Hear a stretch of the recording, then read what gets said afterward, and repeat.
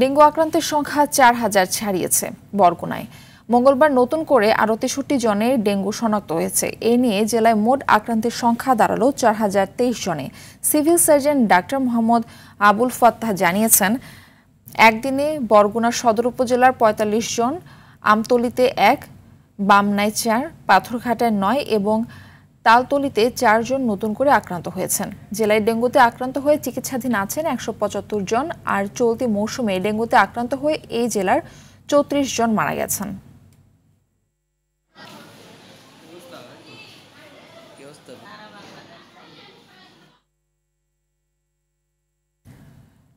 বরগুনার ডেঙ্গু পরিস্থিতি নিয়ে আরও জানাতে সরাসরি যুক্ত হচ্ছেন সহকর্মী মনির হোসেন কামাল।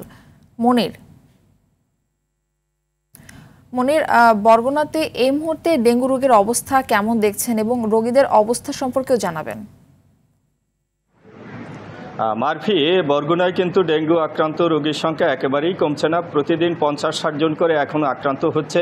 এই সংখ্যাটা কোনো দিন ১০০ অতিক্রম হয়ে যাচ্ছে এবং আপনি বলেছেন যে ইতিমধ্যে বরগুনায় ৪,০০০ ছাড়িয়েছে ডেঙ্গু রোগীর সংখ্যা এবং বরগুনায় ডেঙ্গু কিন্তু কিছুতেই নিয়ন্ত্রণ করা যাচ্ছে না। বিশেষ করে যে সময় বরগুনায় ডেঙ্গু আক্রান্ত শুরু হয়, বিশেষ করে আমাদের বিশেষজ্ঞরা বলেছেন যে বরগুনায় বৃষ্টির পানি ধরে রাখার কারণে এই ডেঙ্গু মশার উৎপাদন বেড়েছে এবং এই বৃষ্টির পানি ধরে যখন খোলা রাখা হয় তখন ডেঙ্গু মশা ডিম পাড়ে এবং সেখান থেকে লার্ভা তৈরি হচ্ছে, মশা তৈরি হচ্ছে। তবে এই ডেঙ্গু নিধনে প্রশাসনের কিন্তু তেমন কোনো উদ্যোগ নেই।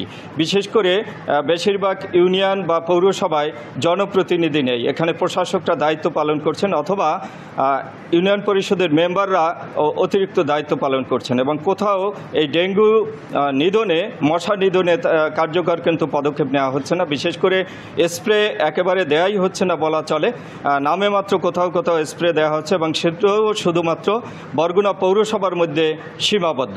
ইউনিয়ন পর্যায়ে বা গ্রাম পর্যায়ে কেউ এই মশা নিধনে কোনো কার্যকর পদক্ষেপ গ্রহণ করছে না, যে কারণে বরগুনায় ডেঙ্গুর রোগীর আক্রান্তর সংখ্যা বাড়ছে এবং একই সাথে। ধন্যবাদ আপনাকে।